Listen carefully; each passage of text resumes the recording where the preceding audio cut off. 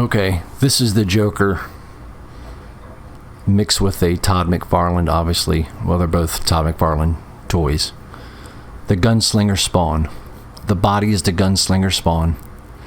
And the head sculpt is the Joker, Robin, the one with the black and red suit. I don't know. I don't even know. Or whoever he is. I'll put a picture of him. I'll put pictures of them both up right now. So these are the two figures I'm talking about. What I did was with all these buckles. The buckles were a pain. I'm just saying all the buckles on this thing. Maybe I can let the camera up. The buckles were kind of a pain. Let me see here. I don't know why. Now, to show you the true color of this figure, and I'll switch it here in a minute. You'll see what I mean. This is probably the real purple that's on the screen.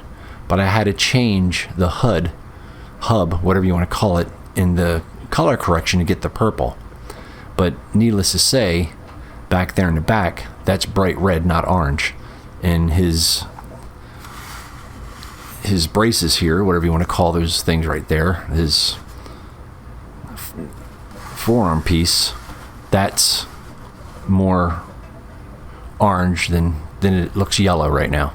But I'll fix that in a minute. Let me just show you what I mean on the color of him right now. The basic purple. I went off the purple like the classic Joker purple, and I did every buckle, all the detail, even the black on the coat. I did every buckle. Let me see if I can get back here and talk about this a little bit. And his boots, stitching, everything. I went with a really bright silver and then dulled it down with some dark wash. And then all the silver in here, I did that as well, except the bullets. And I painted every bullet. They were gold. They were gold. Get a little closer here. All the little buckles. Let's see if I can get even a little closer. As you can see, all the buckles. I mean, I took my time as best I could without a magnifying glass or a visor. I just looking at it with my own damn eyeballs, and then I got myself a magnifying glass, whatever thing it is, whatever it's called. But I did everything in silver. I just switched it out, as you can see on the back. All right, let's see here. See, you get the idea of everything, and all the detail down here and all the stitching down there, one by one on stitching. So much that's for the figure. Okay, so see, I did what did I do? I believe it's on the handles on the gun, I did antique white to make it look like the ivory handles with the black revolvers. I try to make it look like that. I prefer that over the silver revolver and the black handle. Did his necklace. That was kind of a pain. I know you can still see the Spawn, the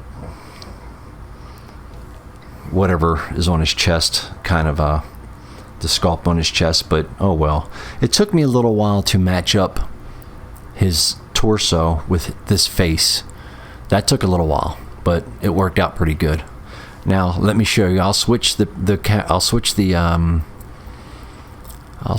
actual colors now, just so I can show you what I mean, what the difference is here.